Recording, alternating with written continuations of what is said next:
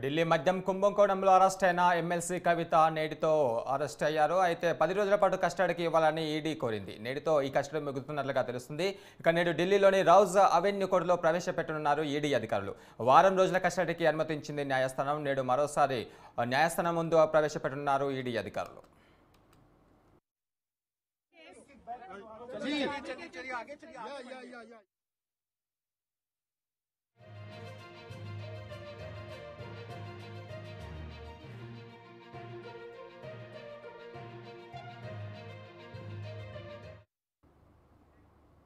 ఢిల్లీ మద్యం కుంభకోణం కేసులో ఈ నెల 15 అరెస్ట్ అయ్యారు కవిత. 10 రోజుల పాటు కస్టడీకి ఈడీ అధికారులు కోరారు.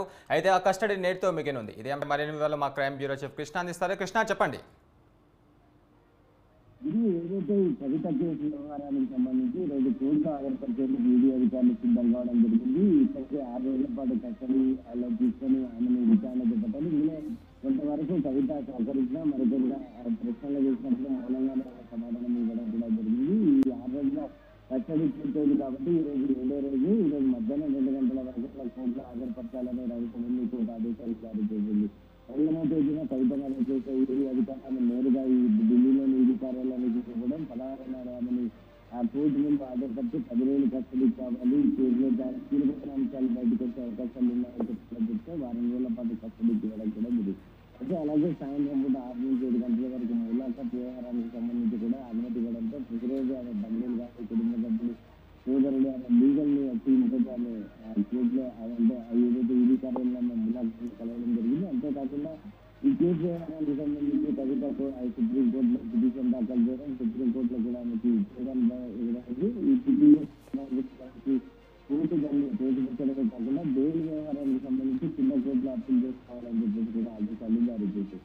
ఈ రోజు కస్టడీ పూర్తయిన తర్వాత ఈడీ అధికారులు తిరిగి కోర్టులో ఆధారపడినందుకు ఈ ఏదైతే కవితకు సంబంధించిన లీగల్ టీమ్ చిన్న రాజవల్లి కోర్టులో బెయిల్ పిటిషన్ దాఖలు చేసేందుకు కూడా సిద్ధమైనారు. ఇక కేసు వ్యవహారానికి సంబంధించి అటు కేజ్రీవాల్ కూడా ఈడీ అధికారులు అరెస్ట్ చేయడం, ఆ తర్వాత రాజవల్లి కోర్టులో ఆధారపడిన తర్వాత అతన్ని కూడా 10 రోజుల పాటు కస్టడీకి ఇవ్వాలని కోరడంతో 6 రోజుల పాటు కస్టడీకి ఇస్తూ కోర్టు ఆదేశాలు చేసిన నేపథ్యంలో ఈ రోజు కవిత కోర్టులో ఆధారపడతాం. పక్కన ఏదైతే ఈ కేజ్రీవాల్ని విచారణ చేపట్టడం అంటే మొదటి రోజు విచారణ అనేది కొనసాగుతుంది. ఈ రోజు మొదటి రోజు విచారణలో అటు అరవింద్ కేజ్రీవాల్ ఆ తర్వాత కవితను వీరిద్దరిని కూడా ముఖానికి పెట్టుకుంటూ విచారణ చేపట్టే అవకాశాలు ఉన్నాయి. అంతేకాకుండా మద్యం పాలసీ సింగిల్ మొత్తం కూడా అరవింద్ కేజ్రీవాల్ అయితే కవిత దీనికి సూత్రధారి. అంటే ఏదైతే ఈ కేసు ఈ ప్లాన్ మొత్తం అమలు చేయడంలో కవిత తన పూర్వం వివరించాలని చెప్పేసి కూడా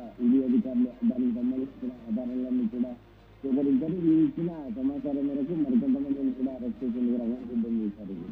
అయితే కృష్ణ, తాజా సమాచారం ఏంటంటే కవిత బంధువుల ఇళ్లలో కూడా సోదాలు నిర్వహిస్తున్నట్లుగా తెలుస్తుంది కదా, దానికి సంబంధించిన అప్డేట్స్ ఏంటి? ఏదైతే కవిత బంధువుల సోదాల వ్యవహారానికి సంబంధించి కొన్ని ఆమె దినాంకాల వ్యవహారానికి సంబంధించి బంధువుల ఇళ్లలో దాచారు అనే అనుమానాలు ఉన్నాయి.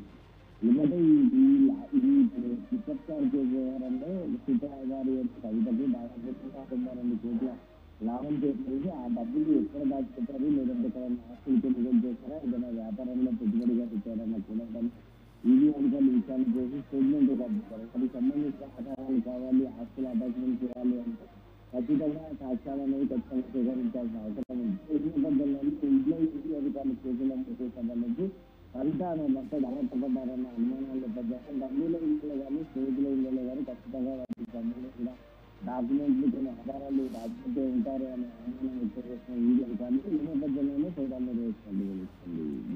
Right, thank you Krishna.